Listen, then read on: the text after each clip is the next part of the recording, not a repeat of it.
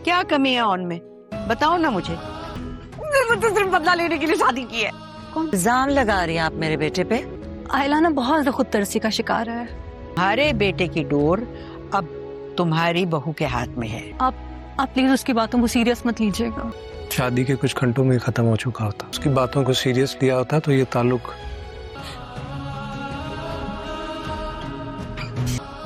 बीजान, वो मेरे माजी के बारे में एक एक चीज जानता है। कैसा बदला, कैसा बदला? पता नहीं आयला के सामने तुम्हारी कैसे चल जाती है। वो कभी कोई धमाका नहीं कर सकता, वरना तो तुम एक चला हुआ पटाखा हो जो।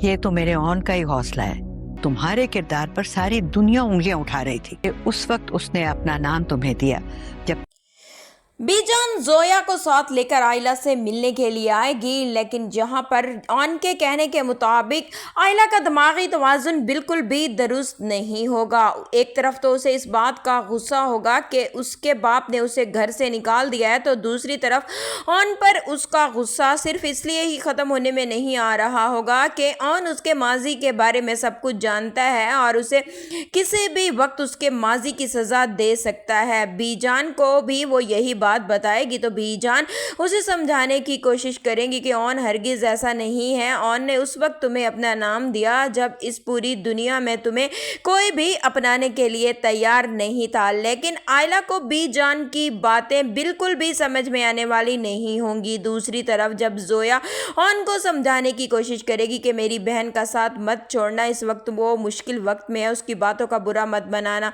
ऑन उसे यही कहेगा कि अगर मैंने आयला की बातें माननी होती तो शादी के कुछ ही घंटों में हमारी शादी खत्म हो चुकी होती।